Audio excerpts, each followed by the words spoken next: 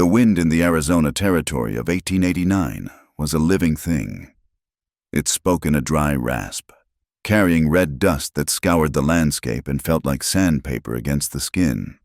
It was a wind that promised no rain, only a deeper settling of heat and thirst. In the center of this thirsty land lay the town of San Miguel, a place that clung to the banks of a shallow, meandering creek, the way a babe clings to its mother. The creek was its bloodline, its only reason for being. Without it, the collection of adobe and raw lumber buildings would bleach, crack, and surrender back to the dust. Nora Hart felt that scouring wind on her cheeks as she stepped down from the stagecoach. At 26, she had traded the damp indeed ordered green of New Haven for this boundless expanse of sun-baked brown. The dust immediately coated her sensible traveling boots and the hem of her dark skirt. She carried a single carpet bag, which held everything she owned that mattered. Left behind was a past that had been chipped and bruised, a life where her worth was measured by the man she might marry. Here, under a sky so vast it was humbling, her value would be her own creation. She looked at the town, her eyes taking in the details with the quiet intensity of someone who has learned that survival depends on observation. The saloon was the largest building, its bat-wing doors swinging with a burst of tinny piano music. The general store had a wooden porch sagging under the weight of barrels and sacks. A blacksmith's hammer rang out with a steady, lonely rhythm. And there, at the end of the dusty main street, was a small, shuttered building with a tilted bell on its roof. The schoolhouse. Her purpose. A man watched her from the porch of that general store. He was broad in the shoulder and in the belly, his face florid under the brim of a fine hat. He carried himself with the solid authority of a man who owned most of what he saw. This, Nora guessed, was Silas Crowley.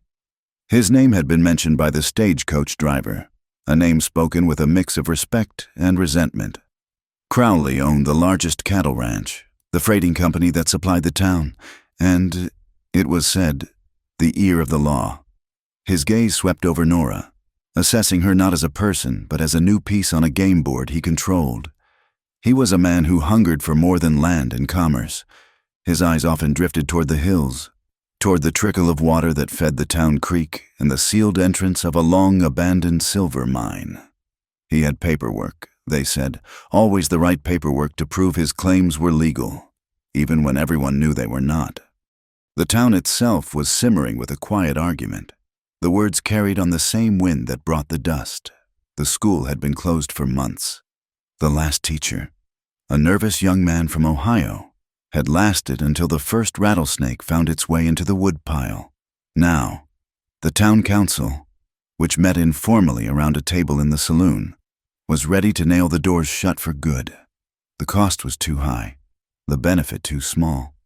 What need did children have for long division when their lives would be spent chasing cattle or washing clothes? When Nora presented her credentials to the mayor, a harried man who also ran the store under Crowley's thumb, he had looked at her with pity. A single woman, a schoolmarm from the East, was seen as a fragile, temporary thing, sure to be broken or scared off by the harsh realities of the frontier. And there was another, unspoken prejudice that hung in the air, thick as smoke. It was the matter of the Apache. Not far from San Miguel, where a smaller, more reliable spring bubbled up from the earth at the base of a rocky cliff, lived a small community of Chiricahua Apache. They were a remnant, people who had survived the wars and the removals, now trying to live on land that had always been theirs. Among them was a man named Dasan Nez. He was in his early 30s, a man made of stillness and silence. His face was a map of sun and hardship, but his eyes were what held you. They were dark and perceptive, missing nothing, seeing not just what a person did, but why they did it. He had once been a scout for the army, a life that had taught him how to read the land and the hearts of men with equal skill. Now, his world had shrunk to the size of his 10-year-old daughter, Alita, and the fight to protect their small patch of earth. His people called the Spring Bear Spring, for the ancient carving of a great bear etched into the cliff face above it. The bear was a guardian, a symbol of the strength needed to endure, The spring itself was life. It was justice. It was everything. Nora felt the weight of all this unspoken history on her first full day. The dust seemed to be made of whispers and old resentments. The heat was not just the sun, but the glare of suspicious eyes. She walked to the schoolhouse, the key heavy in her hand. The building smelled of mice and decay, but it was a solid structure, with good light and a sturdy roof. It was a place that could be made safe. It could be a sanctuary, not just from the heat, but from the ignorance that bred fear and hatred. Her goal was simple, stark as the landscape around her. She would open this school. She would sweep out the dust and the prejudice. She would create a place where any child, regardless of the color of their skin or the language their parents spoke, could learn. It was a declaration of war against the entropy of the frontier, a quiet insistence that a future could be built here, not just endured. Dasan Nez stood by Bear Spring, watching the water level. It was lower than it should be, even for the dry season. He knew, with a certainty that needed no proof, that Silas Crowley was diverting the water upstream, a little at a time, slowly strangling the source. Crowley wanted the spring, not just for his cattle, but to wash ore from the old silver mine he planned to reopen. Dasan's fight was not one of bullets and arrows. Not anymore. It was a fight of patience, of watching and waiting for the moment to act. His goal was as simple as Nora's. He would protect this water. He would protect his daughter from a world that saw her as less than. He would hold on to the dignity of his people, a quiet, unbreakable core of identity in a nation that wished they would vanish. He looked up at the bear on the cliff. Its form weathered but distinct. It was a reminder that some things were meant to last. The sun began its descent, painting the sky in violent strokes of orange and purple. The smell of horse sweat and cooking fires drifted through San Miguel. Children's voices, rough and free, echoed between the buildings. From the door of the schoolhouse, Nora Hart watched them play, her resolve hardening with every passing moment. From the shade of the cottonwoods by Bear Spring, Dasan Nez watched his daughter, Alita, draw pictures in the dirt, his love for her a fierce, silent fire. Neither knew the other existed. They were two poles of a single magnet, two sides of a necessary coin, unaware that the careless tumble of fate and the suffocating pressures of a small, frightened town were about to bring them crashing together. The dust of rumor and speculation was already beginning to swirl, waiting for a single spark to ignite. Friday night in San Miguel was a release. The week's hard labor, the sun's oppression, and the endless dust were washed away, or at least temporarily forgotten. In the yellow lamplight spilling from the saloon, in the packed dirt yard behind the building, a makeshift arena had been formed by a circle of wagons and boisterous men. Here, wagers were laid on which man could stay on a half-wild horse the longest. A fiddler scraped out a lively polka, and couples stomped and twirled, raising more dust to mix with the scent of cheap whiskey and sweat. Nora Hart had come for a jar of peaches from the general store, but the sound of life, however raw, had drawn her in. She stood at the edge of the crowd, an observer by nature, telling herself it was important to understand the community she hoped to serve. But she was a novelty, a woman alone and clearly from somewhere else. It did not take long for her to draw the wrong kind of attention. They moved in as a pack of three, men whose faces were flushed with drink and the easy confidence of those who follow a powerful man. They were Silas Crowley's men. She recognized one from the freight office. They tipped their hats with exaggerated courtesy, their smiles not reaching their eyes. They hemmed her in against the side of a wagon, their compliments growing bolder, their questions more personal. Nora's heart began to beat a frantic rhythm against her ribs, but her face remained a mask of polite neutrality. She tried to sidestep them, but they shifted to block her path. "Where you from, ma'am?" one of them asked, his breath sour. "A lady like you ought not to be out here all alone," another added, his eyes roaming over her in a way that made her skin crawl. "We'd be honored to buy you a drink, or show you a real Arizona dance." Nora's mind raced. To show fear would be to invite worse. To run would be a spectacle. She needed a way out, a circuit breaker for their cruel game. Her gaze darted past their shoulders, searching the noisy, swirling crowd for an escape. And then she saw him. He was standing apart, leaning against a corral post in the deep shadows where the lamplight barely reached. He was an Apache man, dressed in plain trousers and a dark shirt, his long hair held back by a simple band. He was utterly still, a pool of silence in the surrounding chaos. He was watching the proceedings with an unreadable expression, his presence a stark contrast to the loud, bragging energy of the men around her. He was separate. He was her only chance. A desperate, wild idea bloomed in Nora's mind. It was a gamble, a line from a play she had seen once in Boston. A foolish, theatrical thing to do, but it was better than screaming. She drew a breath, lifted her chin, and pitched her voice just loud enough to carry over the fiddle music. The words felt foreign and reckless on her tongue. "Be my sweetheart for a week." She said it directly to the silent figure in the shadows. The effect was instantaneous. The three men harassing her froze, their smirks wiped from their faces. The dancers nearby faltered in their steps. The circle of men turned as one. A pocket of silence spread from the wagon. Every eye in the yard was now on the Apache man by the corral. For a long moment, he did not move. Nora's foolish hope began to curdle into humiliation. He would ignore her. The men would laugh, their game renewed and their victory assured. But then, something shifted in the shadows. The man pushed himself away from the post, and a slow grin spread across his face. It was not a smile of mockery, but of genuine, quiet amusement. It transformed his stern features, lighting his dark eyes. He began to walk toward her. He moved with an unhurried grace that made the stunned crowd part before him like water.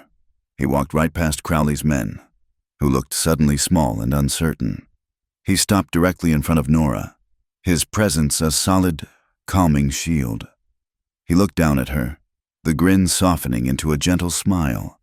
He had no idea she was the woman who planned to open the school, the teacher his daughter would meet on Monday morning. He only saw a woman in a trap, using the only weapon she had. He reached out and took her hand. His grip was firm and warm. His voice, when he spoke, was a low rumble, meant for her but heard by all. "All right." The word hung in the air, simple and final. The gamblers stared, mouths agape. Their sport had been taken from them. The tables turned with a single word and a quiet grin. They exchanged awkward glances, trying to recover their swagger. But the moment was lost. Near the saloon doors, Silas Crowley watched the scene unfold. His face was a mask, but a flicker of something cold and calculating passed through his eyes. He let out a short, dismissive laugh, a sound with no warmth in it. A joke had been made, a challenge met, but on the frontier, such public declarations, even in jest, took on the weight of a contract. To break it now would invite the ridicule of the entire town.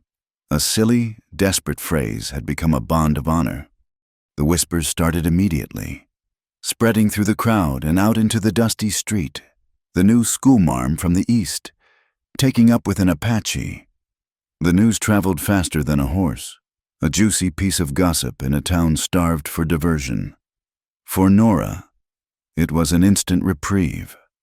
The men who had cornered her melted back into the crowd, unwilling to challenge a woman who was now, however strangely, under the protection of Dasan Nez. Her immediate safety was secured. Her reputation, however, in the eyes of the town's more conservative citizens, was now thoroughly compromised. Crowley saw it all. He saw the whispers, the shocked faces, the sudden shift in the social landscape, and in it, he saw his opportunity. This scandal, this supposed moral failing of the new teacher, was a gift. He could use it. He could stand before the town council and speak of protecting the virtue of their women and the innocence of their children. He could frame Nora's association with an Apache as a danger to the community. It was the perfect excuse to finally shutter the school for good. and to make his case for seizing control of the water at Bear Spring under the guise of public safety. The seeds of his plan began to sprout in the fertile ground of prejudice and fear. In the midst of the swirling crowd, Nora was aware only of the man standing before her, his hand still holding hers. She looked at him properly for the first time.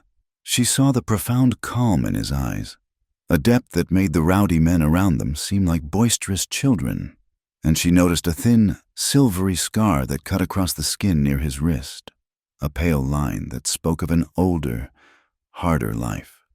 Dasan, for his part, had heard the slight tremor of fear beneath her words, but he had also heard the clear, unwavering tone. Her voice had not broken. This was not a woman who would bow easily. She met his gaze directly, her chin still high. In that brief, silent exchange, a flicker of understanding passed between them, a recognition of a shared quality of resilience. A single, impulsive choice, born of desperation and wit, had been made. It was an act of self-preservation, a reclaiming of power in a moment when she had none. But that one choice had set in motion a chain of consequences that would pull them both into a current far stronger and more dangerous than either could have imagined. The air, which moments before had been filled with music and laughter, now felt charged with a new tension. As Dasan led her away from the lamplight and toward the quieter darkness of the main street, Nora felt the cold weight of Silas Crowley's eyes on her back, marking her as a problem to be solved, a piece to be swept from his board. The week had just begun. The weekend passed in a haze of rumor. By Monday morning, Nora Hart felt as though she had been the subject of 100 different stories, each more lurid than the last. But the gossip was a distant hum, a meaningless noise outside the world she was determined to create. She had spent 2 days scrubbing the schoolhouse from floor to ceiling, washing the windows until they sparkled, and arranging the few mismatched desks into neat rows. The air inside now smelled of soap and clean pine, a scent of new beginnings. With a deep breath, she took a piece of board she had painted black and hung it from a nail by the door. On it, in crisp white chalk, she wrote 3 simple words: "School is open." They came hesitantly at first, a trickle of children pushed forward by curious mothers who watched from a safe distance. There were the freckled sons of the blacksmith, a pair of shy sisters whose father ran the general store, and a handful of others, their faces a mixture of apprehension and excitement. They entered the small building as if stepping into a church, their boisterous energy subdued by the unfamiliar tidiness. Nora greeted each one with a warm, steady smile, directing them to a desk. Then, a small girl appeared in the doorway, pausing on the threshold. She was perhaps 10 years old, with the long, dark hair neatly braided and eyes that were deep and black and missed nothing. She wore a simple, well-made dress and carried herself with a quiet dignity that set her apart. When she looked up at Nora, a shy but brilliant smile lit up her face. And in that moment, Nora's heart gave a painful lurch. It was the exact same grin she'd seen on the Apache man in the shadows on Friday night, the same crinkle at the corners of the eyes, the same flash of genuine, unreserved warmth. This had to be his daughter. The realization was a jolt, a sudden and dizzying complication to an already complicated week. The girl stepped inside. Her name, she said in a soft voice, was Alida. The day was a small miracle. Nora discovered that beneath the grime and the shyness, these children were hungry to learn. She taught them their letters, drawing shapes in the air and having them copy them onto their slates. She read to them from a worn copy of a book of fables, her voice calm and even. Alida proved to be a quick study, her hand steady as she formed the letters, her eyes bright with concentration. By the time the sun was high and hot, casting long shadows across the dusty street, the schoolhouse was filled with the steady hum of learning. When the lessons were done for the day, the mothers began to arrive, collecting their children with a mixture of relief and suspicion. Nora stood at the door, bidding each child farewell, and then she saw him walking up the street, his long, easy stride unmistakable. Dasan Nez stopped in front of the schoolhouse, his gaze taking in the open door and the sign she had hung. He looked from the sign to her, and for a heartbeat, his expression was unreadable. Just then, Alita saw him. Her face broke into a joyful grin. "Papa!" she shouted, running from the schoolhouse and throwing her arms around his legs. He rested a hand on her head, his stern features softening with affection. The pieces clicked into place for Nora with the force of a physical blow. The quiet stranger. Her protector for a night. The man whose name was now irrevocably tangled with hers in the town's gossip. He was the father of her newest, brightest pupil. Her sweetheart for a week was a parent. A wave of heat rushed to her cheeks. She felt a completely inappropriate urge to laugh at the sheer absurdity of it all. This was the sort of tangled, ridiculous situation one read about in dime novels, not one that happened in real life. Dasan looked up from his daughter and met Nora's eyes. The hint of amusement was back in his gaze, but it was tempered now with something else, a shared understanding of the predicament they were in. He spoke first, his voice low and direct. A teacher and a father both want the child to learn. He paused, his gaze steady. "We keep our word." It was both an acknowledgement of their ridiculous agreement and a statement of a deeper truth. He was here for his daughter. She was here for her students. Their public charade, born of desperation, now served a more important and far more dangerous purpose. They both knew, in that silent moment, that this was no longer a game. Their new reality was tested almost immediately. The next day, 2 members of the town council, led by a portly merchant who was a known associate of Silas Crowley, paid her a visit. They did not enter the schoolhouse, but stood on the porch, their hats in their hands but their postures stiff with authority. They informed Nora that concerns had been raised. For the safety and propriety of the school, it would be best if the Apache children were taught separately, or perhaps not at all. Nora stood in the doorway, her hands clasped before her to still their trembling. She looked past them to where the children, Alita among them, were drawing in the dirt of the schoolyard. "I will not," she said, her voice quiet but firm. "The laws of this territory guarantee an education for all children. This school will not be divided." The men sputtered. Unused to being contradicted so directly by a woman, they spoke of tradition, of the natural order of things, of parental concerns. Nora simply stood her ground, repeating her position until they finally retreated, muttering threats about taking the matter to a higher authority. The threats soon took a more tangible form. A few days later, one of Crowley's brutish freight hands, the same man who had been part of the trio on Friday night, appeared in the schoolyard during the children's midday break. He did not say anything, just leaned against the fence, spitting tobacco juice into the dust and staring at Nora with insolent eyes. It was a crude, silent act of intimidation, meant to unnerve her and to remind her that she was being watched. The children felt the man's menacing presence and fell silent, their games forgotten. Just as Nora was about to confront him, a shadow fell over the yard. Dasan was there. He had appeared as if from the earth itself, moving with no sound. He did not look at the freight hand. He walked to the well, drew a bucket of water, and offered a dipper to Alita. He then looked at Nora and gave her a slight nod, a silent message of support. The freight hand, suddenly finding his courage had evaporated, pushed himself off the fence and slouched away. A more sinister threat appeared the following morning. As Nora was writing on the large chalkboard, a ripple of fear went through the classroom. One of the blacksmith's boys let out a terrified yelp and pointed a trembling finger.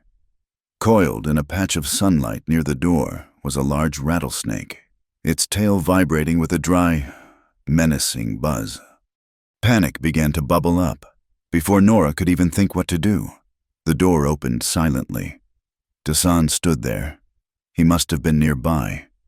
Watching, he put a finger to his lips, signaling for silence.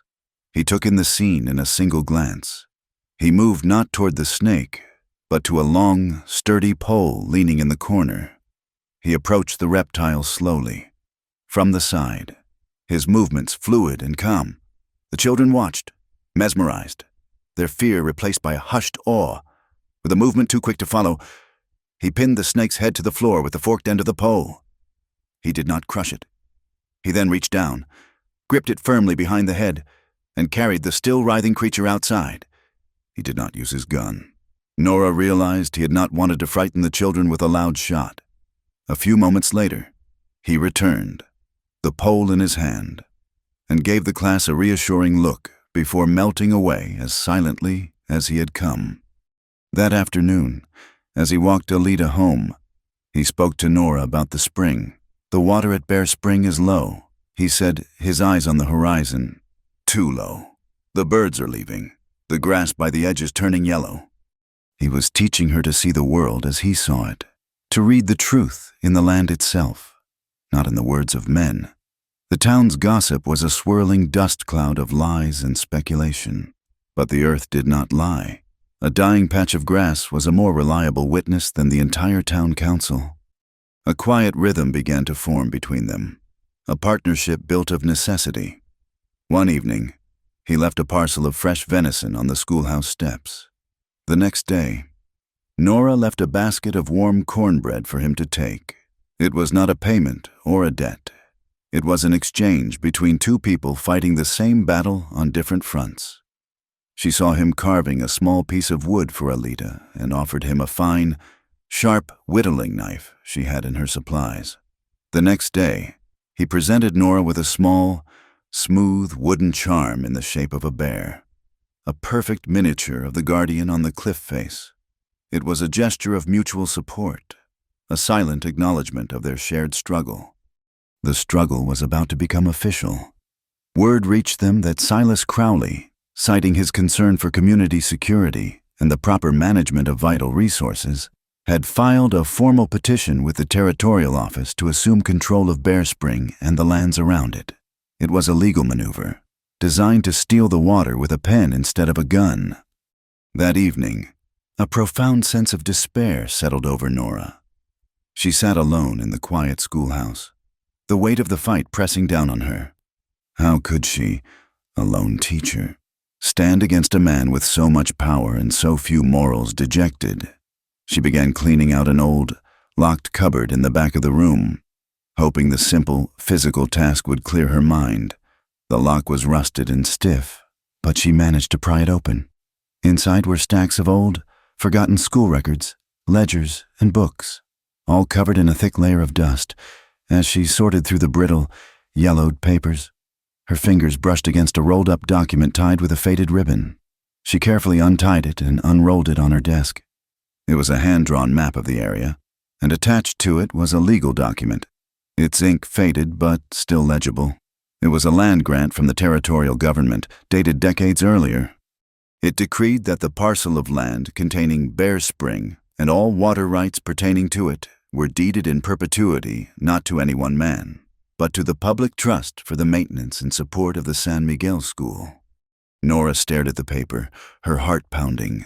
The dust was no longer just dust. The past was not just the past. Here, in a forgotten cupboard, was the truth.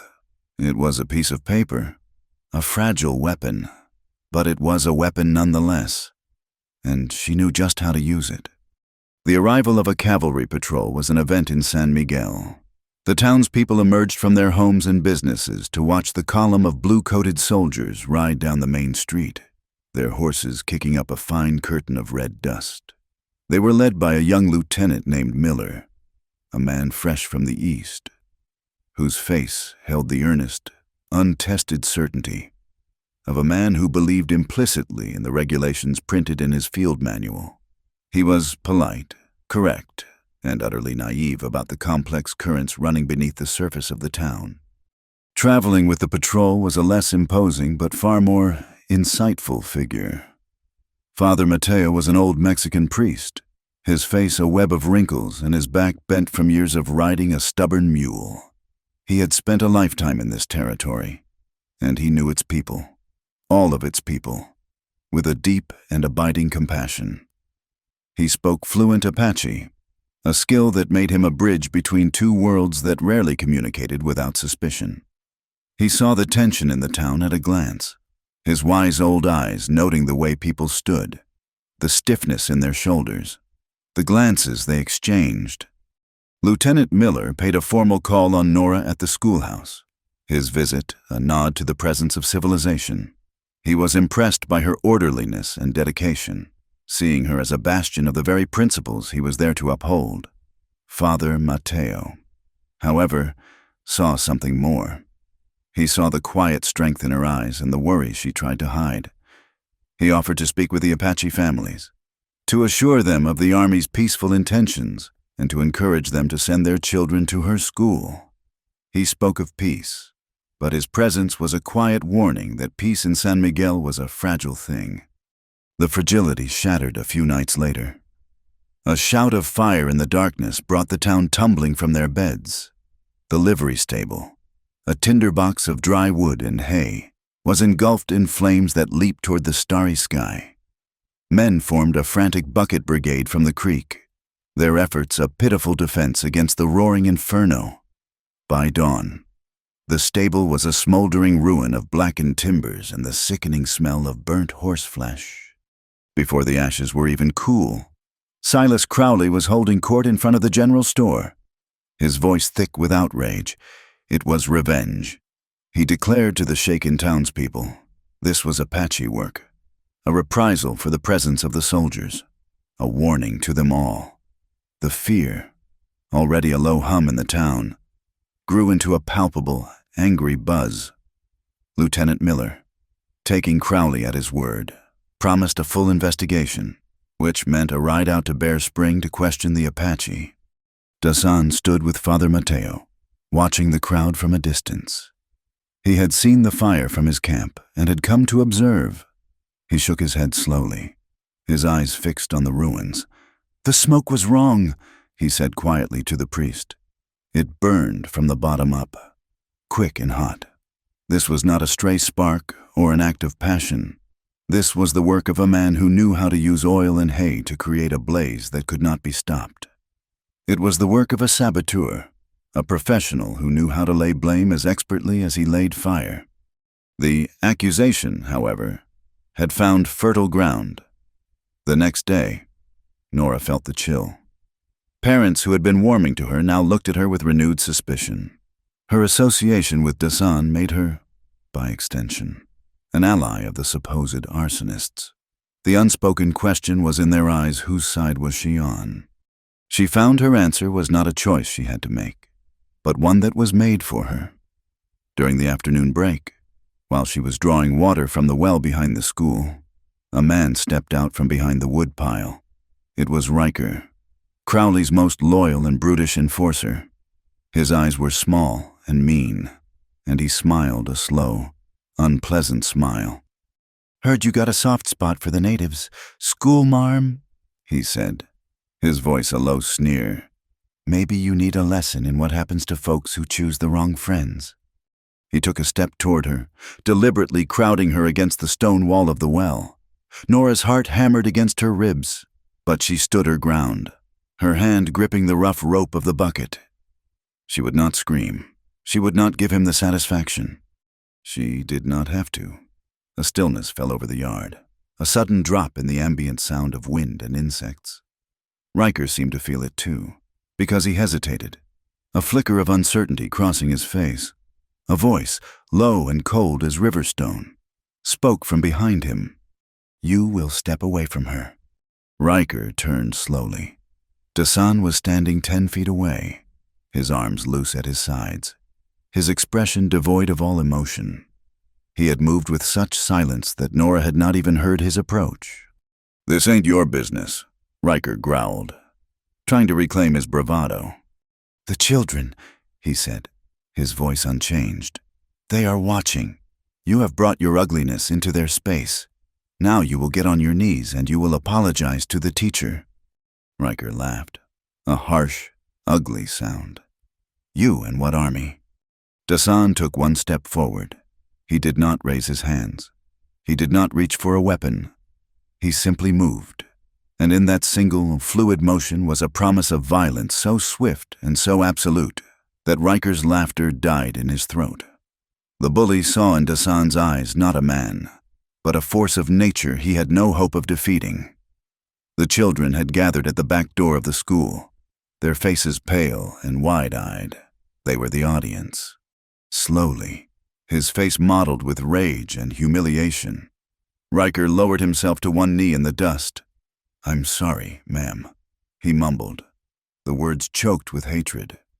"Now leave," Dasan said, "and do not come back." Riker scrambled to his feet and stalked away, not daring to look back. But the fury radiating from him was a tangible thing. He would remember this humiliation.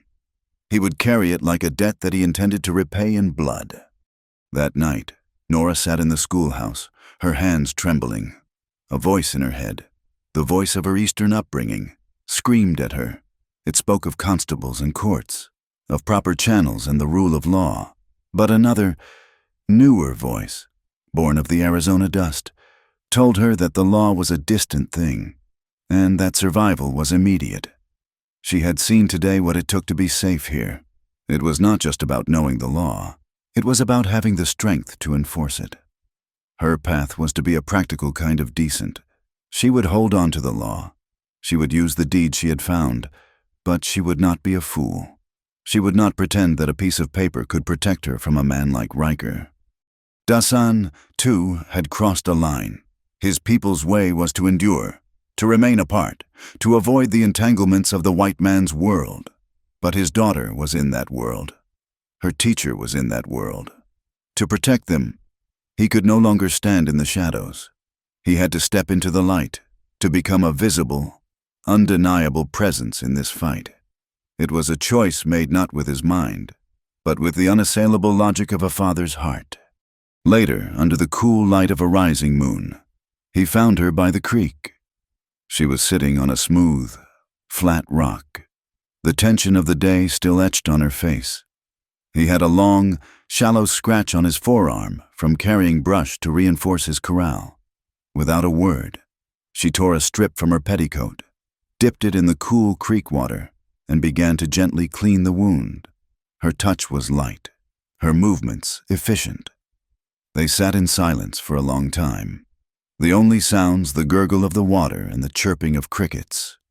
"I lost my wife," he said suddenly, his voice quiet, "when Alita was a baby. Sickness." "My father," Nora replied, her own voice barely a whisper. "He was a professor, a man of books. He did not know how to live in a world that was not ordered by words on a page. He faded away after my mother passed." Their hands touched, her fingers brushing against the old scar on his wrist as she finished tying the makeshift bandage. It was not a touch of passion, but of shared humanity. In that moment, by the whispering water, they were not a white teacher and an Apache man. They were simply two people who understood the shape of loss, who recognized in each other the deep, quiet resilience of the survivor. The next day, Silas Crowley approached her as she left the general store. He was all smiles and solicitude, inquiring after her well-being with a paternalistic air. He had an offer for her. The town council was prepared to create a new position, head mistress of the San Miguel school, with a significant increase in salary. He, personally, would ensure she had all the resources she needed. All she had to do was show a little common sense. All she had to do was keep her distance from the Apache. Nora looked at him, at his broad, confident face and his eyes that held no warmth. She thought of the deed in the locked cupboard, of Riker's sneer, of Dasan's quiet courage. She gave him a small, polite smile. "That is very generous, Mr. Crowley," she said, her voice sweet as honey, "but I am afraid I must decline. You see, I already have a sweetheart, at least for another day or two." She walked away, leaving him standing in the dust, his smile frozen on his face, a look of pure, cold fury slowly replacing it. The sky had been a hazy, brassy color all day. The wind picked up in the late afternoon, no longer a gentle breeze but a whining, insistent force. Dust devils danced across the plain, and the air grew thick and choked. A sandstorm was coming. Nora was dismissing the children when the first great gust hit, rattling the windows and blasting the schoolhouse with a volley of sand and grit. The sky went dark. It was impossible to see more than a few feet. No one could go home in this. She herded the children back inside, shuttering the windows and barring the door against the storm's fury. The small building became a refuge, a tiny island in a howling sea of red dust. Inside, huddled together against the noise and the dark, were the blacksmith's sons, the storekeeper's daughters, and Alita Nez. The lines that divided them outside, the prejudices and the fears, were erased by the greater power of the storm. For now, under one roof, they were all just children, seeking shelter. The sandstorm blew itself out by morning, leaving behind a world remade. A fresh layer of red dust coated every surface, softening the hard edges of the town and muffling all sound. But the quiet was deceptive. Beneath the blanket of dust, the political storm Silas Crowley had been seeding was ready to break. The image of Nora Hart sheltering the Apache girl alongside the town's white children had been the final, perfect piece of ammunition he needed. The town council convened that afternoon, not in an official chamber, but around a large table in the back of the saloon. The air was thick with the smell of stale beer and self-righteousness. Crowley presented his case with the sorrowful gravity of a concerned patriarch. He spoke of the sacred duty to protect the community, of the dangerous influences threatening their children. He painted Nora as a misguided Eastern idealist, a woman whose questionable moral character and reckless associations with the Apache had compromised the safety of the very school she was hired to run. He did not need to raise his voice. His words were calm, reasonable, and laced with the poison of shared prejudice. Lieutenant Miller was there, standing uncomfortably by the wall. He was an official observer, but he was caught in a web he did not understand. He saw a dedicated teacher in a town's fear, and his regulations offered no clear guidance on which held more weight. He listened, his brow furrowed with the effort of applying military law to the messy business of human hearts. Nora had been summoned to attend, to stand before them and hear the verdict. She did not speak in her own defense. She knew that any words she offered would be twisted and used against her. She simply stood, her posture straight, her gaze level, letting them see that she was not afraid. The council members shifted under her direct look, but Crowley's influence was absolute. They voted, their voices low and mumbling, to suspend her duties indefinitely, pending a full review, for the safety of the children. It was a death sentence for the school. If Nora left, the doors would be bolted, and Crowley would have his narrative. The teacher had failed. The experiment was over. The land and the water would be next. As the council members began to push back their chairs, their grim work done, a figure appeared in the doorway, blocking the afternoon light. It was Dasan. He had been waiting, watching. He walked into the room, his presence filling the space with a quiet, unassailable authority. He did not look at Crowley. He looked at Nora, and then at the men at the table. "There has been a misunderstanding," he said, his voice calm and even. Crowley snorted. "I think things are perfectly clear." Dasan's gaze finally settled on him, cold and sharp. "The teacher is not unattached," he stated. "The arrangement we made is a betrothal, a promise." A wave of shock rippled through the room. Nora's heart leaped into her throat. It was a wild, desperate escalation of their ruse, but she saw the brilliant, dangerous logic in it instantly. He was using their own frontier code against them. A single woman was vulnerable, but a betrothed woman was under a man's protection. To harass her was to challenge him. "It's a sham," Crowley sputtered, his face turning a blotchy red, a joke that went too far. "A promise is not a joke," Dasan replied, his voice dropping lower. "Not where I come from, and not out here." He looked at the council members. "One by one, you question her character. You question her honor. Now, you question mine." The men paled. This was no longer about a troublesome schoolteacher. It was a direct challenge to a man's word, a foundational principle in a land where law was often a day's ride away. To ignore Dassan's claim would be to declare that an Apache's word was worthless, a dangerous precedent, but to accept it was to undermine their own decision. They were trapped. Their game of honor had become a social shield. The stalemate held for a long, tense moment. Finally, the mayor, a man who valued peace above all else, cleared his throat. "A temporary betrothal," he stammered, looking at Dassan for confirmation. "For a week," Dassan said, a ghost of a smile touching his lips. As agreed. The council had no choice but to back down, at least for now. The suspension was tabled. Nora was, for the moment, safe. The school would remain open. A small, quiet joy bloomed in the tense atmosphere of the following days.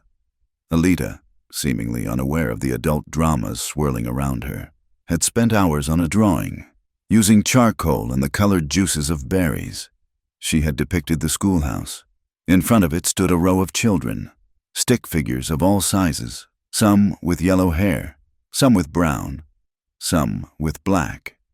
They were all holding hands. In the doorway stood a figure with a long skirt, and beside her, a tall, silent man. It was a picture of her world, a world where everyone belonged, with tears blurring her vision. Nora took the drawing and tacked it to the wall just inside the schoolhouse door for all to see. "This," she announced to the children, "is the new law of San Miguel. Anyone who enters this door is a student. We are all the same here." But their victory had enraged Crowley, and his response was swift and vicious. There was an old horse wrangler in town named Ben, a man whose mind had been softened by years and whiskey, but whose eyes were still sharp. He had been sleeping in the hayloft of the livery on the night of the fire, and had seen Riker and another of Crowley's men sneaking away just before the flames erupted. Ben had started talking, his drunken ramblings in the saloon getting dangerously close to the truth. He had to be silenced. Riker found him at dusk on the path leading down to the creek. The attack was swift, a single shot that echoed through the twilight. Riker then took a distinctive, broken arrowhead that he had stolen from Dassan's camp and pushed it deep into the old man's chest wound. He dropped the body near a trail Dassan was known to use and vanished back into the shadows. The discovery of the body the next morning sent a wave of fresh terror and rage through the town. The broken arrowhead was the only proof anyone needed. This was Apache savagery, a murder to silence a witness. A mob formed with frightening speed, fueled by whiskey and Crowley's carefully placed whispers. They grabbed ropes and guns. They were going to Bear Spring to dispense their own brand of justice. Father Mateo heard the angry shouts and ran to find Lieutenant Miller. "You must stop them," the priest pleaded. "This is not justice. This is a bloodlust." Miller, for all his naivete, was a soldier. He understood mob rule was a breakdown of the very order he was sworn to uphold. He gathered his small patrol and rode hard to intercept the mob, catching them on the open plain between the town and the spring. He placed his men in a line, blocking their path. "This is a matter for the law," he shouted, his voice tight with authority. "Disperse now!" Riker, at the front of the mob, sneered back. "We're making our own law, soldier boy." Lieutenant Miller drew his revolver. "I will not allow a lynching in my jurisdiction." He and his handful of soldiers were a fragile barrier against the mob's fury. But they held. He and Father Mateo dismounted and went to examine the body of old Ben, which had been brought along in a wagon. The priest knelt, his old eyes scanning the wound with a practiced eye. Miller knelt beside him. He looked at the arrowhead, then looked closer at the wound itself. "This is not an arrow wound," Miller said, his voice sharp with certainty. "This is a bullet hole, a large caliber one." He looked up at Father Mateo. The arrowhead was pushed in after. The priest nodded grimly. He looked at Riker, who stood nearby, his face a mask of false piety. He pointed a trembling finger. "That man," Father Mateo said to the lieutenant. "He carries a Sharps rifle. I have seen it." A murmur went through the crowd. They all knew Riker and his big rifle. The certainty that had propelled them forward began to crumble, replaced by a confused, uneasy doubt. Crowley's perfect plan had been undone by a young officer who believed in procedure and an old priest who knew the difference between a bullet and a lie. The mob hesitated, their anger turning to suspicion. They began to drift away in twos and threes, leaving Riker exposed and Crowley's scheme in tatters. That night, the danger felt closer than ever. They had survived, but just barely. Dasan came to the schoolhouse. The moonlight cast long shadows across the floor. He stood before Nora, his face etched with a pain she had never seen there before. "I brought this to you," he said, his voice rough. "If I am here, you will never be safe. It is better if I take Alita and we go." Nora looked at him, at this strong, silent man willing to sacrifice his home for her safety. Her heart ached. She stepped closer to him, her own fear a cold knot in her stomach. "If you leave," she said, her voice shaking slightly but full of a newfound clarity, "you teach your daughter that the only way to survive is to run from the truth. If we stay, we teach her how to face it. We teach all of them how to face it." He looked down at her, his dark eyes searching hers, and he saw a strength that mirrored his own. The fight was no longer just his, or just hers. It was theirs, as if the heavens themselves were weeping in relief. A sound began, soft at first, then stronger, a tapping on the tin roof. Rain, a rare, precious, cleansing rain was beginning to fall on the thirsty land. The sound filled the small room, washing away the dust and the fear. Without a word, Dasan reached out and pulled her into an embrace. Nora went willingly, pressing her face against the solid warmth of his chest. She could feel the steady, powerful beat of his heart. It was a rhythm of survival, of endurance, of a deep and quiet courage. He held her as the rain fell harder, a gentle, protective embrace that asked for nothing. Slowly, he tilted her chin up. Their first kiss was not a thing of fire or passion. It was as soft and as gentle as the rain on the roof. It was hesitant, uncertain, and utterly real. It was a silent promise, a sealing of the pact she had just made, a quiet acknowledgement that their week was not over. It was just beginning.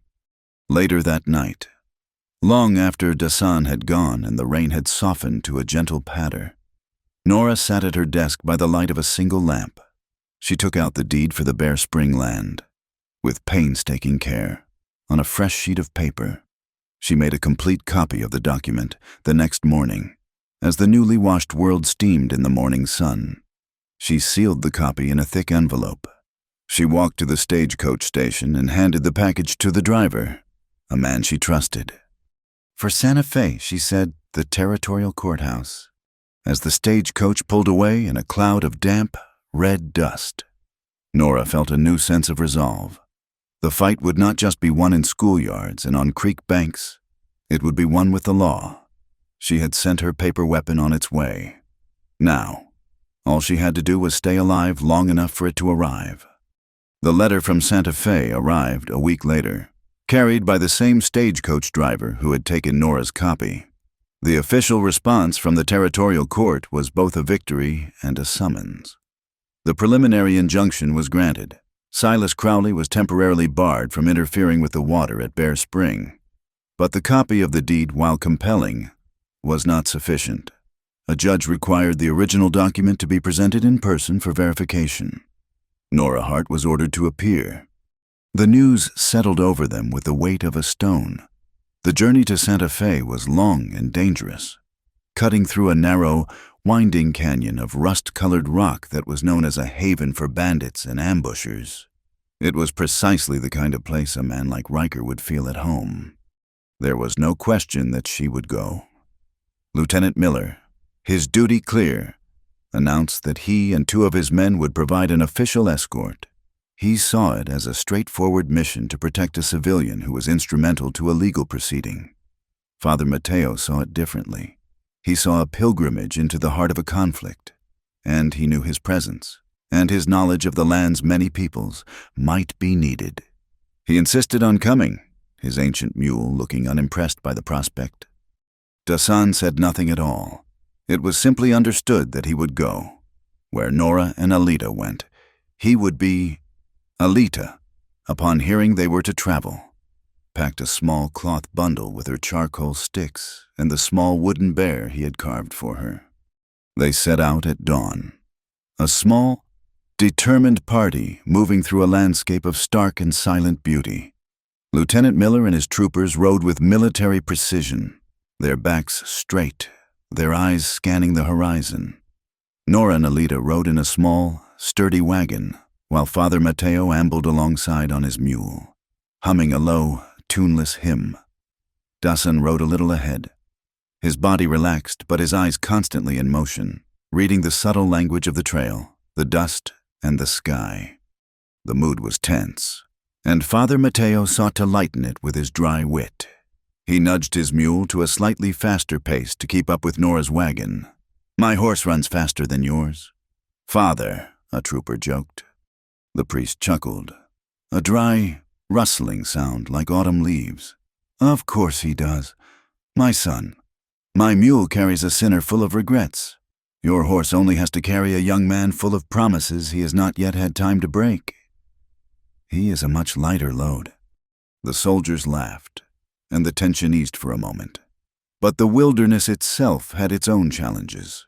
The rain that had fallen on the night of their kiss had been a blessing to San Miguel, but up in the high country, it had been a deluge. As they entered the mouth of the canyon, they found their path blocked by a churning, muddy torrent of water where a dry wash had been only days before. A flash flood. Lieutenant Miller looked at the rushing water with dismay. "We will have to wait for it to recede," he declared. "It could take a day, or more." Dasan dismounted and walked to the edge of the water. He did not look at the flood itself, but at the canyon walls, at the smooth, worn places on the rock high above their heads. He pointed to a faint line on the stone. "The water was once this high," he said, "long ago." He then pointed to another spot, a ledge of rock that seemed to end in a sheer cliff. "The old path is up there. It is dry." Miller squinted, seeing nothing but impassable rock. "There is no trail there." Dasan simply began to climb, finding handholds and footholds that were invisible to the others. He moved with the effortless grace of a man who was as much a part of this landscape as the stones themselves. He secured a rope and helped them lead the horses and the mule up the treacherous incline. The wagon had to be left behind. Nora took only a small bag with the precious deed wrapped in oilcloth. The last to cross the most dangerous stretch of fast-moving water was Alita. Dasan waded into the thigh-deep current, the force of it pushing hard against him.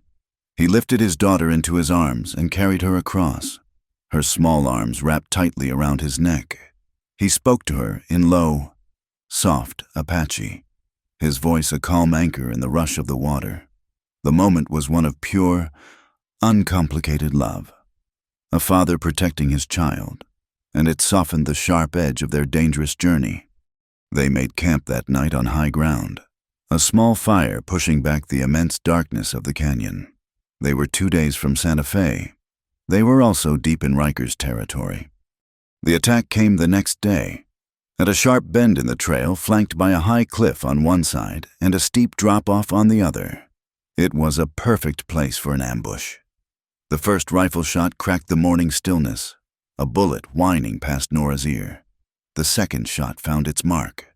Lieutenant Miller cried out, a sharp curse of pain and surprise, and slumped forward in his saddle, a dark stain spreading across the shoulder of his blue coat. Dasan reacted instantly. He spurred his horse forward, pushing Nora and Alita behind a massive boulder that offered some cover.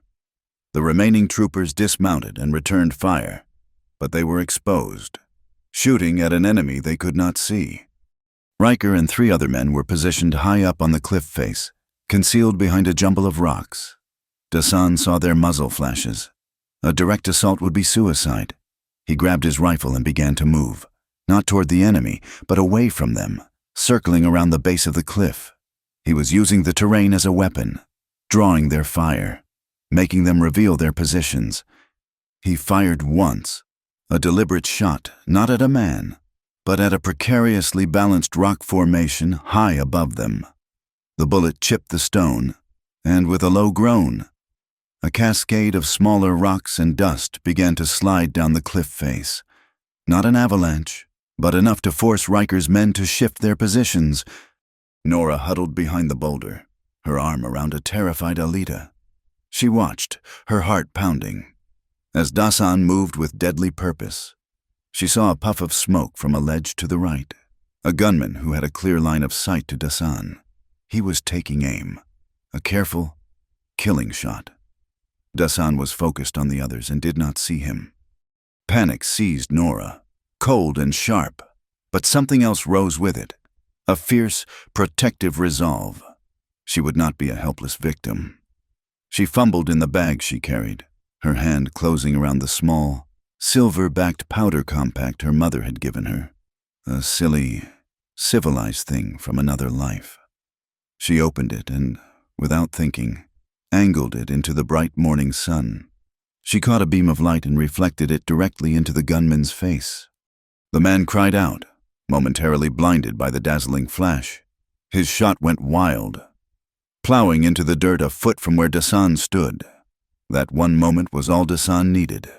He turned, his rifle coming up, and fired a single, precise shot. The gunman on the ledge disappeared from view. The rock slide Dasan had started had forced Riker's men from their best cover. The fight was over in a matter of moments. One of the ambushers lay still on the ledge. The other two surrendered to the troopers. Dasan scrambled up the cliff face. Nora saw him confront Riker, who had been trying to escape. She saw the raw, cold fury in Dasan's face, the culmination of all the threats and the violence. He had every right, by the unwritten laws of this hard land, to end Riker's life. But he did not. He disarmed him, his movements economical and certain. Then he bound his hands.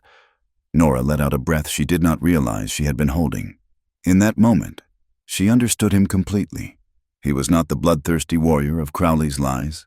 He was a man with a code, a man who chose justice over vengeance, even when vengeance was deserved. They made their way to a small, dusty way station by evening. A single adobe building that served as a stagecoach stop. Lieutenant Miller, pale but resolute, had his wound cleaned and bandaged by Father Mateo.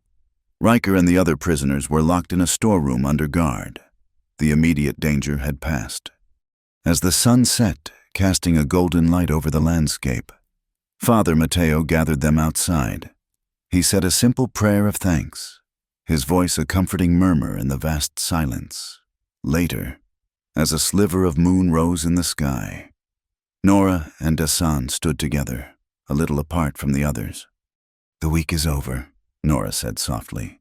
"Not a question, but a statement of fact." He turned to look at her, his expression serious in the dim light. "No," he said, his voice quiet but certain. "It is not." It was all that needed to be said. Their pretense, the joke born of a Friday night, had been burned away by fire and gunfire, and what was left was true. A few moments later, Alita came to stand beside Nora. She looked up at her teacher, her dark eyes full of a child's simple, profound wisdom. "Miss Hart," she said, her voice small, "if you become my mother, please do not change the part of the lesson where you teach that grown-ups have to say they are sorry when they do something wrong." Nora felt tears well in her eyes. She knelt and hugged the small girl, her heart full of a feeling so fierce and so tender it was almost painful. She looked over Alita's head at Dasan, and in his eyes, she saw the promise of a future she had never dared to imagine. Santa Fe was a city built of paper and ink.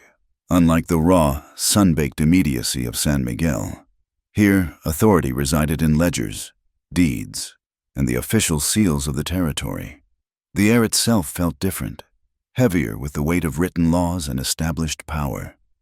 Nora felt like a visitor from another, simpler world as she, Dasan, Alita, and Father Mateo walked down streets lined with impressive adobe buildings, their carved wooden doors hinting at the wealth and influence within. Their destination was the office of a lawyer named Martinez.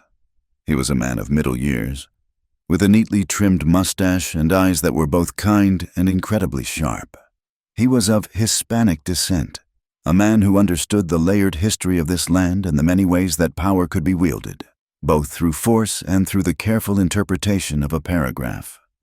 He greeted them with a quiet courtesy, his gaze lingering for a moment on Dasan and Alita, a look of understanding passing between them.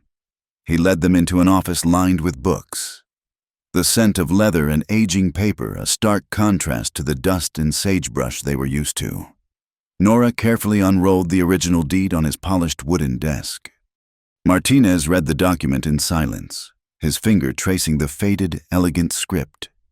He read it once, then a second time, a slow smile spreading across his face. He looked up at Nora, his eyes shining.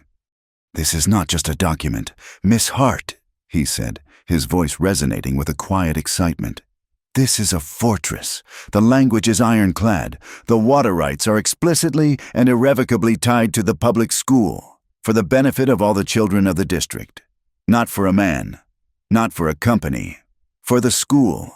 Mr. Crowley does not have a legal leg to stand on." A wave of relief so profound it was almost dizzying washed over Nora. For the first time, she felt they had a real chance. This was not just her word against a powerful man's greed. It was the law. The hearing was held in a formal courtroom, a cavernous room with high ceilings and dark wood paneling. A territorial commissioner, a stern-looking man with a magnificent white mustache, presided from a raised bench. The formality of the place was intimidating. Dasan stood near the back wall, a silent, watchful presence, holding Alita's hand. He was a man of the open plains and canyons, and this cramped, airless room was a cage. Silas Crowley sat at a table opposite Nora and Martinez, looking perfectly at home. He had hired a lawyer from back east, a man with a booming voice and a condescending smile, who strutted before the commissioner as if on a stage. This man, whose name was Fletcher, began his argument not with legal points, but with an attack on Nora's character. He painted her as a meddling spinster, an outsider with fanciful and dangerous ideas who had come west to stir up trouble. He spoke of her disgraceful public behavior, her scandalous association with a man of a savage and untrustworthy race. He used words like propriety and moral order, his voice dripping with false concern. "He would have us believe," Fletcher boomed, pointing a dramatic finger at Nora, "that this entire affair is about a dusty piece of paper, but it is not. It is about the fundamental character of a person entrusted with our most precious resource, our children. Can we truly allow a woman of such questionable judgment? A woman who openly consorts with a man like that?" He gestured dismissively toward Dasan. "To control a vital resource for the entire community." Nora sat perfectly still, her hands clasped in her lap, her face a pale, calm mask. But inside, a cold fury was building. He was twisting her every action, using the town's deepest prejudices as his primary weapon. He was putting her entire life on trial, not just her claim to the water. When it was Martinez's turn, his approach was the complete opposite. He was calm, factual, and relentlessly logical. He presented the deed. He spoke of the law. He did not engage with the personal attacks, simply letting them hang in the air like the foul smoke they were. But the turning point came with the testimony of Lieutenant Miller. The young officer walked to the witness stand, his arm in a clean white sling, his face pale, but his voice steady and clear. He recounted the details of the ambush in the canyon with military precision. He described being shot, and he described how Dasan Nez had, with great courage and skill, saved the lives of his party. And then, Riker was brought into the courtroom, his wrists in chains. He looked smaller, his brutish confidence completely gone, replaced by a sullen, defeated fear. Under Martinez's sharp questioning, and with the promise of a lesser sentence, his story came tumbling out, He admitted to the ambush. He admitted to the murder of old Ben, and he admitted that he had done it all on the direct orders of his employer, Silas Crowley. A gasp went through the courtroom. Crowley leaped to his feet, his face purple with rage, shouting that it was all lies, but the commissioner slammed his gavel down, ordering him to be silent. The foundation of Crowley's case, his portrayal of himself as a concerned citizen and Hassan as a savage threat, had been utterly destroyed by the testimony of his own man. Martinez rose for his final argument, his voice ringing with a quiet passion. "Your Honor," he said, "this is not a simple dispute over a water claim. This is a test of what kind of justice we will have in this territory. Will it be a justice that belongs only to the rich and the powerful, or will it be a justice that protects the common good?" He gestured toward the deed on the evidence table. The founders of San Miguel had an answer. They believed that water, like education, was a public trust, not a private commodity. I ask this court not only to dismiss Mr. Crowley's fraudulent claim, but to issue an order that reaffirms the original intent of this grant, an order that protects the spring, that recognizes the school as its rightful steward, and that forbids the privatization of this life-giving water. Now and for all time, let us have a bit of desert justice, Your Honor, the kind that is clear and true and lasts. The commissioner listened intently, stroking his mustache. He looked from Crowley's furious face to Nora's calm one. He looked at the deed, and then at Lieutenant Miller's sling. He seemed to have made up his mind. But then he looked directly at Nora, his gaze sharp and appraising. "Miss Hart," he said, his voice echoing in the silent room, "this is all very compelling, but the court has a duty to ensure stability. This deed places a great deal of responsibility in your hands. Tell me, what stable, personal ties do you have to the community of San Miguel? What assurance do I have that you are not simply a transient, who will win this case and then move on, leaving this entire matter in chaos?" The question was a blow. Nora's mind went blank. All her plans, all her legal arguments, were suddenly irrelevant. He was asking for a reason to trust her, a personal anchor, and she had none to give. She was an outsider. It was the one accusation Fletcher had made that was true. Before she could even form a reply, a quiet movement at the back of the room drew every eye. Dasan stepped forward, releasing Alita's hand. He walked to the front of the courtroom and stood beside Nora's table. He was not looking at the commissioner. He was looking at her. He addressed the court, his voice not loud, but carrying a weight that made every person lean in to listen. "If a title is needed to prove her commitment," he said, his voice clear and steady, "if a formal tie is what the law requires to protect the school and its water, then I will give her one. I ask her to be my wife." The courtroom erupted in stunned whispers. Crowley looked as though he had been physically struck. Nora stared up at Dasan, her heart hammering against her ribs. This was not part of the plan. This was something else entirely. A sacrifice so profound she could barely comprehend it. He was offering his name, his life, his future, laying it all before this court as a legal bond to save her school. The commissioner stared down at them, his expression unreadable. "The choice, Miss Hart," he said, his voice softer now, "is yours." All eyes were on her. She felt the immense pressure of the moment, the weight of every expectation. But when she looked up at Dasan, she was not thinking of the court, or the water, or Silas Crowley. She was thinking of his quiet strength, his unwavering kindness, the way he had held his daughter by a rushing river. She saw her future not as a legal strategy, but as a life with him. She did not accept for the court. She accepted for herself. She reached out and took his hand, her fingers lacing with his. Their clasped hands were a silent answer. She leaned toward him and spoke. Her words a whisper meant only for him, but in the silent room, they felt like a vow. "I choose you because I love you, Dasan, not because of a piece of paper." The commissioner watched this quiet, profound exchange. A small, almost imperceptible nod was his only reaction. He then turned his stern gaze upon Silas Crowley. "This court," he announced, his voice booming with finality, "finds the claim of Silas Crowley to be without merit, and it is hereby dismissed. The deed of trust granting the Bear Spring to the San Miguel School is affirmed. A warrant is issued for the immediate arrest of the man Riker for the crime of murder. And as for you, Mr. Crowley," he leaned forward, his eyes narrowed, "this court finds your actions to be reprehensible. You are formally warned. Any further interference with the school, its teacher, or the Apache people of Bear Spring will be met with the severest penalties under territorial law." It was a total victory. But as Silas Crowley was escorted from the courtroom, he turned and looked at Nora, his face a mask of cold, controlled hatred.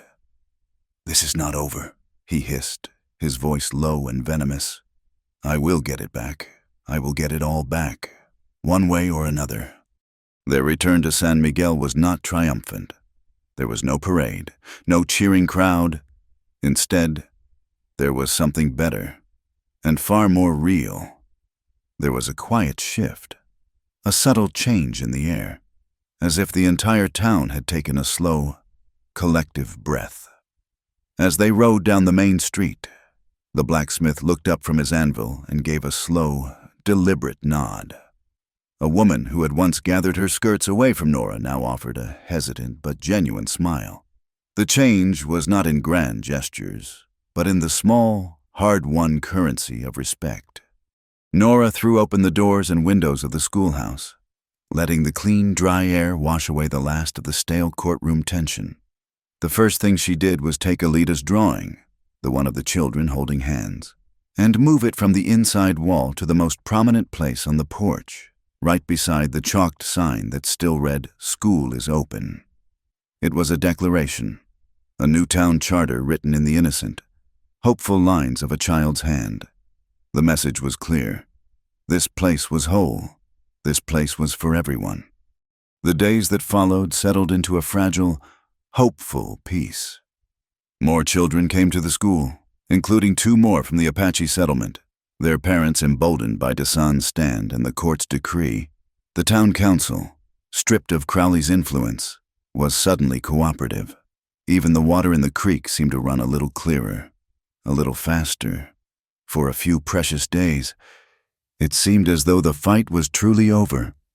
But Silas Crowley's hatred was not the kind that accepted defeat.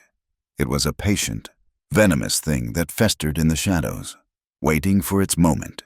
He had been publicly humiliated, his power checked, his greed exposed, but he still had his ranch, his freighting company, and the loyalty of men who were paid well to ask no questions. He had lost the battle of paper. He would now fight with fire. The night it happened, a hot, dry wind blew in from the east, a devil's breath that rattled windows and carried the scent of dust and distant lightning. The first sign of trouble was a flicker of orange against the dark hills, a glow too bright and too angry to be a campfire. Then came the smell, acrid and sharp, the smell of burning grain. A cry went up, ragged and panicked. Fire, the granary. The town's main grain silo, filled to the brim with the recent harvest, was a torch, flames roaring from its roof and licking at the dark sky. But the true, horrifying genius of the attack was not the fire itself, but the wind. The relentless, hot wind was picking up burning embers and showers of sparks and carrying them west, directly toward the dry grasslands that led to the cottonwood trees and the Apache settlement at Bear Spring. This was not just an act of revenge, it was an act of extermination. The plan was not just to burn them out, but to burn the very ground around their water source, to leave them with nothing but ash and a poisoned spring. From a high ridge overlooking the town, a lone figure on horseback watched the devastation unfold, a dark silhouette against the fiery glow. The scene below was chaos. Men shouted, women screamed, and the fire roared with a hungry, living voice. But then, a new order began to emerge from the panic. Dasan was there, his voice cutting through the noise, not with a shout, but with a low, commanding tone that demanded attention. He organized the first bucket line. Men who had been ready to lynch him only weeks before, now following his orders without question. Nora ran to the schoolhouse, her heart a cold stone of terror in her chest. She gathered the older children. "You are not to fight the fire," she told them, her voice steady despite her fear. "You have a more important job. You will watch the little ones. You will keep them calm, and you will bring water, not for the fire, but for the men. Do you understand?"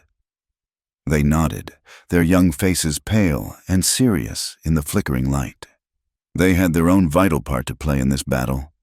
A second bucket line formed, a human chain of desperation stretching from the town creek to the edge of the inferno.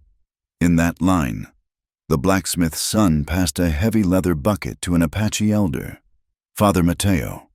His robes hitched up, worked alongside the saloon keeper. The divisions of race and creed dissolved in the face of a common enemy. They were no longer white men and natives. They were simply people, fighting for their homes. Dasan saw that the buckets were not enough. The wind was too strong, the fire moving too fast. He looked at the grasslands between the fire and his people's camp. There was only one way. It was a dangerous, desperate gamble, a tactic of last resort. He began to shout orders, pulling men from the bucket line.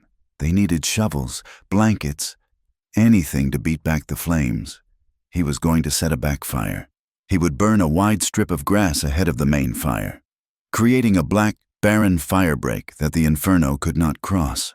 It was fighting fire with fire, a terrifying race to destroy the fuel before the monster could consume it. It was a brutal, hellish work. The heat was a physical blow, the smoke a choking poison. Men beat at the edges of the controlled burn with wet sacks, their faces black with soot, their eyes red and streaming. Dasan was everywhere at once, a whirlwind of focused energy, directing the men, choosing the line of the burn. His deep knowledge of the land and the wind his only guide. Tragedy struck in the midst of the chaos. Nalin, Dasan's uncle, an old man but still strong, was working on the edge of the backfire, tamping down a stubborn patch of burning brush near the muddy bank of a small irrigation ditch. His foot slipped in the dark. He stumbled and fell. Directly in the path of a swirling gust of flame, there was a single, terrible cry. Cut short. By the time the others reached him, it was too late. Dasan froze for a single, agonizing moment, his face a mask of disbelief and horror. He had saved his community, but he had lost his family. The cost of their survival was written in the ash. As the first hint of dawn began to gray the eastern sky, the battle was won. The backfire had held. The granary was a smoldering ruin. But the town and the Apache camp were safe, exhausted figures. Their faces grim, began to stumble back toward their homes. In the strange, hazy light, Father Mateo, who had been helping douse the last of the embers near the freight yard, saw something half hidden under a wagon. It was a large, empty oil drum, one side of it blackened by heat. He nudged it with his foot, and then he saw the symbol stenciled on its side in faded white paint. It was the mark of the Crowley Freight Company. He immediately understood. He found Lieutenant Miller, who was helping the wounded. The lieutenant looked at the drum, his face hardening. An oil drum of this size, shipped to a granary. He said, his voice cold, it would be on a shipping manifest. It would be in the freight ledger. They went directly to the freight office. The clerk, a nervous young man, was overwhelmed by the presence of a uniformed officer and a priest whose eyes burned with a holy fire. He quickly produced the ledger, and there it was, in black and white, a shipment of 10 barrels of kerosene, delivered to the granary 2 days prior, an order signed by Silas Crowley himself. They found him on the banks of the creek, calmly watching the smoldering ruins as if he were merely an interested spectator. His clothes were clean. There was no soot on his face. Dasan walked up to him alone. The other men, townsfolk and Apache alike, formed a silent, grim circle behind him. Dasan's face was a terrible thing to see. It was carved from grief and a cold, absolute rage. He carried a set of iron manacles. Crowley saw him coming and managed to sneer. Come to thank me for saving your squalid little camp. That backfire was a clever trick. You demand water like you demand a man's heart, Dasan said, his voice low and ragged with pain. You think you can own it, control it, burn it away, but no one can live like that. He lunged forward, the movement swift and final. He slammed the manacles onto Crowley's wrists, the click of the metal loud and definitive in the morning air. Just then, the town's sheriff, a man who had long been in Crowley's pocket but who had seen the tide of public opinion turn so violently that he had no choice but to act, came rushing up. He formally placed Crowley under arrest as the sheriff led him away, a defeated, broken man. The small group of men who had been his loyal enforcers simply watched him go. Their loyalty had been to his power, and his power was now gone. They turned and, one by one, they melted away into the town. In the aftermath, a strange, solemn quiet fell over San Miguel. The air still smelled of smoke, but it was the smell of a fever that had broken. Later that day, the children, led by Alida, went down to the blackened edge of the creek. They carried small flags made of scrap paper tied to sticks. On each one, Nora had helped them write the same 3 words: water for all. They pushed the sticks into the damp, ashy earth, a small, colorful line of hope against the devastation. Nora stood watching them, her heart an aching mix of pride and sorrow. Alida came and took her hand, and Nora pulled her into a fierce hug, tears finally streaming down her sooty cheeks. She was crying for the victory. She was crying for the loss. And she was crying for the fragile, beautiful, and hard-won hope of a new beginning. The funeral for Nalin was not a ceremony of loud grief, but of a profound and aching quiet. They gathered by the banks of Bear Spring as the sun began to set, the water flowing clear and steady once more. There were no sermons, no hymns, only the murmur of the Apache language, a sound as ancient and as elemental as the stones and the water. Dasan stood at the front of the small gathering, his face a mask of sorrow, his posture straight and unbowed. Nora stood just behind him, a step to his left, Alida's small hand tucked securely in hers. It was the place of family, a position she took without instruction, without a word being spoken. She did not understand the language, but she understood the meaning. She understood the shared looks, the gentle touch on a shoulder, the way the small community drew together, a silent circle of shared loss and enduring strength. She was no longer an outsider looking in. She was a part of that circle, her own heart aching not just for the good man who was lost, but for the man who stood before her, shouldering the weight of it all. In the days that followed, a gentle, healing rhythm returned to their lives. The work of rebuilding began, not just of the granary, but of the town's very soul. But a question hung in the quiet spaces between them, an unspoken promise made in a courtroom that needed to be remade in the real world. He came to her in the cool, gray light of dawn.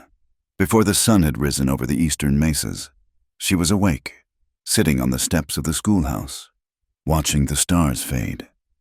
He sat beside her, not speaking for a long time, the two of them simply sharing the quiet of the coming day.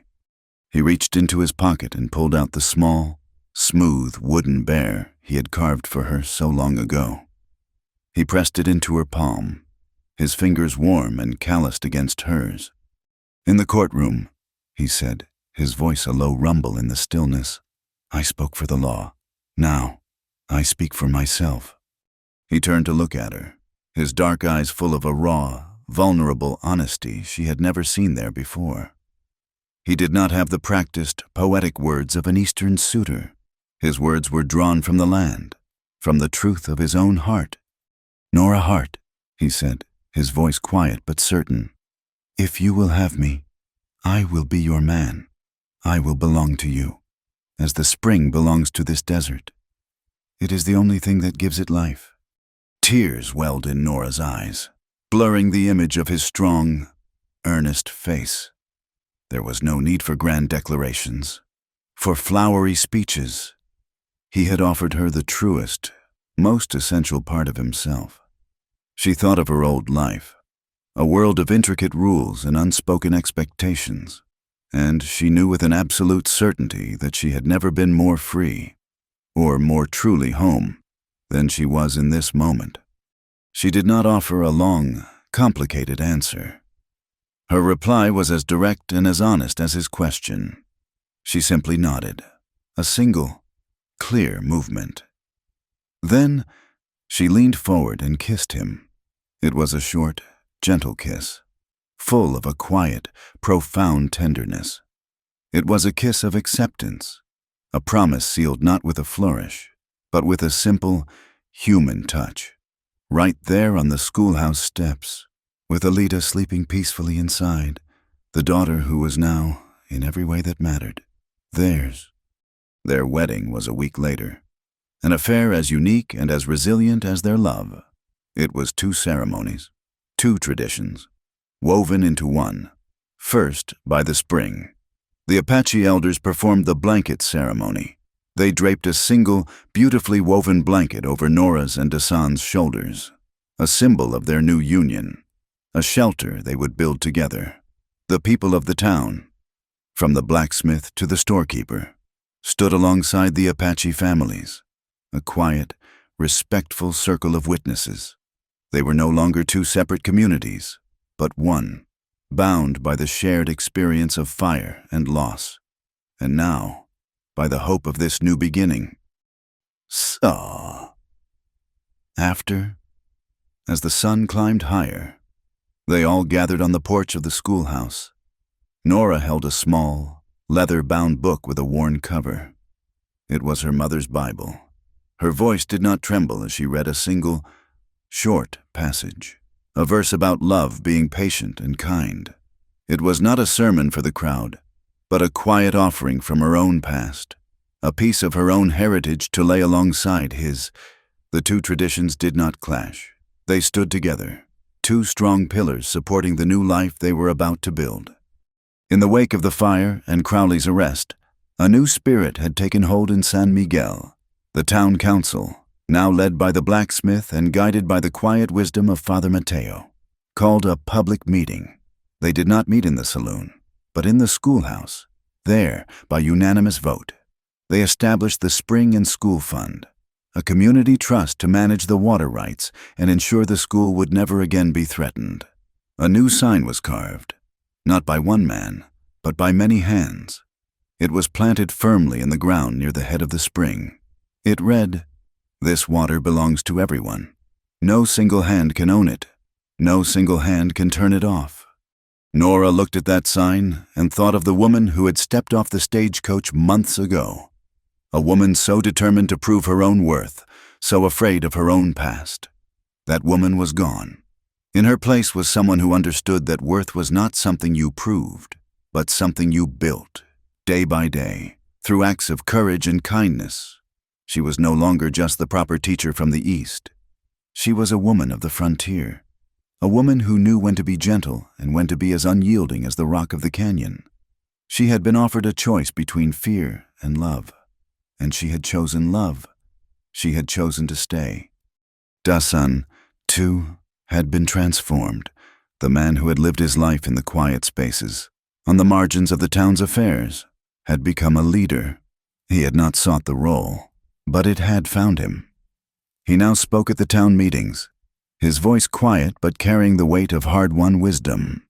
He was not just a representative of the Apache, but a voice of reason and integrity for the entire community. He had stepped out of the shadows and into the light, not for himself, but for his daughter, and for the woman who had shown him that a shared future was possible. A week after their wedding, they held a small ceremony to officially reopen the school for the new term. It was a celebration, a fresh start. The highlight of the small event was Alida. She stood before the assembled crowd, her drawing of the United Children hanging on the wall behind her, and in a clear, steady voice, she read a poem she had written. She spoke the first lines in Apache, her voice ringing with the music of her ancestors. Then she switched to English, her words simple but profound. She spoke of the sun and the dust and the sky, and she ended with a line that brought tears to every eye in the yard. "The fire is gone," she read. "The ground is new. The spring is flowing, and the water knows all our names."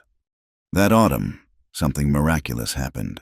The rains came, not the violent, flash flooding downpours that tore through the canyons, but a slow, steady, soaking rain that fell for 3 straight days. It was a gentle, life-giving gift from a sky that was usually stingy and harsh. The red dust turned to a rich, dark mud. The creek, which had for so long been a lifeline, became a joyous, babbling thing, its banks greening with new life almost overnight. The spring at the base of the cliff gushed, full and clear and cold, its promise fulfilled. The land, which had been holding its breath through a long season of thirst and fire, finally sighed in relief. The peace that settled over San Miguel was as profound and as nourishing as the rain. The schoolhouse was now fuller than it had ever been. The small room crowded with a noisy, vibrant collection of children. The clatter of slates and the murmur of recitation were the town's new heartbeat. One afternoon, the traveling photographer came through on his way to Prescott, and Nora insisted on a family portrait. They stood on the porch of the schoolhouse, the place where their new life had truly begun. Dasan stood tall and straight, his hand resting gently on Nora's shoulder. Nora's arm was wrapped around Alita, who stood between them, holding up a slate on which she had carefully chalked her own name. They did not smile wide, toothy smiles for the camera. Their expressions were calm, serene, and deeply content. The photograph, a stark image in black and white, captured the truth of them, a quiet, unshakable solidarity. A family forged not by blood alone, but by courage, choice, and a love as resilient as the desert itself. It was a portrait of the new San Miguel, a town that was slowly, painstakingly, learning to heal. Word of the final echo of justice arrived not with a shout, but with a quiet letter from the lawyer, Martinez. The territorial court had upheld every aspect of the commissioner's ruling. Silas Crowley had been tried, stripped of his freighting contracts and barred for life from any business involving land or water rights in the territory. He was a broken man. His power turned to dust as surely as the granary had turned to ash. The law, which had once seemed so distant and malleable, had proven to be a firm and solid thing. The lesson, written now into the official record, was clear: a man's honor was worth more than his signature, and a community's future was worth more than a single man's greed. The symbols of their struggle became the quiet cornerstones of their new life.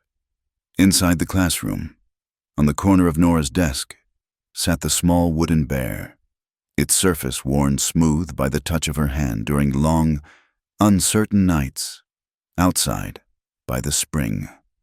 The children's small paper flags had been replaced by a single, sturdy wooden sign that read "Water for All," its letters carved deep and true.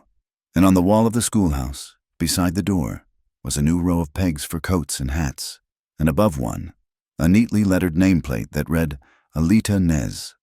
These were the small, everyday objects that told the great, sprawling story of how they had survived. They were reminders that the biggest battles are often won through a series of small, steadfast acts of courage. One evening, as twilight painted the sky in soft shades of purple and rose, Nora and Dasan sat together on the schoolhouse steps, watching the last of the light fade.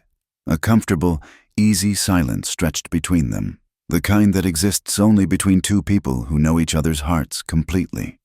Nora leaned her head against his shoulder, a playful smile touching her lips. "Be my sweetheart for a week," she murmured, her voice a teasing whisper. He turned his head, his cheek brushing against her hair. He did not answer right away. He looked out at the peaceful town, at the darkening shapes of the buildings, at the single lamp that now glowed in the blacksmith's window. He thought of the journey that had begun with those very words, a journey through fear and fire, and finally, into this quiet, unbreakable peace. A slow, warm smile spread across his face, the same grin that had first captured her heart in the shadows of the saloon yard. "This week," he said, his voice a low, happy rumble, and next week, and for the rest of our lives. Their story was not a grand, sweeping epic that would be written down in the history books. It was a quieter, more human tale. It was a story about the freedom that is found not in a single, dramatic declaration, but in the thousand small, repeated choices to be brave, to be kind, to be true. It was a lesson that justice is not something that is only dispensed in a courtroom, but something that is built, day by day, in the way we choose to treat one another, in the way we share our water and our knowledge. The hope they had found was not a sugary, fairy tale promise of a life without hardship. It was a real and tangible thing, a hope that had been tested and earned, a quiet confidence that whatever challenges the future might hold, they would face them together. The rhythm of their lives settled into a beautiful, ordinary music. It was the sound of chalk tapping against a slate board, the whisper of pages turning in the evening quiet, the steady, reassuring gurgle of the spring flowing behind the schoolhouse. It was the sound of children's laughter, unrestrained and joyful, echoing through the clean, dry air. It was the sound of a community breathing easy, its deepest wounds finally beginning to scar over and heal. The future unfolded not in a rush, but with the steady, deliberate pace of a desert sunrise. Alita, her mind as bright and as clear as the spring water, dreamed now of becoming a teacher herself, and an interpreter, a bridge between the two worlds she so effortlessly inhabited. Nora, seeing the hunger for knowledge in the eyes of the adults who had never had a chance to learn, started an evening class in the schoolhouse. Twice a week, the blacksmith, the storekeeper, and even a few of the older Apache women would gather by lamplight, their large, work-hardened hands carefully guiding pencils over paper, learning the magic of turning sounds into words, and Dasan, who had once stood apart, helped to form the San Miguel Community Water Association, a council of townsfolk in Apache who would work together to ensure that the spring and the life it gave would be protected for all the generations to come. Their life was a quiet testament, a story written not in ink, but in the daily acts of building a better, kinder world. Thank you so much for listening to our story. Please comment where you are listening from in the world so we can all connect and share our thoughts. And please subscribe to my channel Wild West Tales, like the video, and support us further by pressing the hype button so this story in the video can be heard by more people.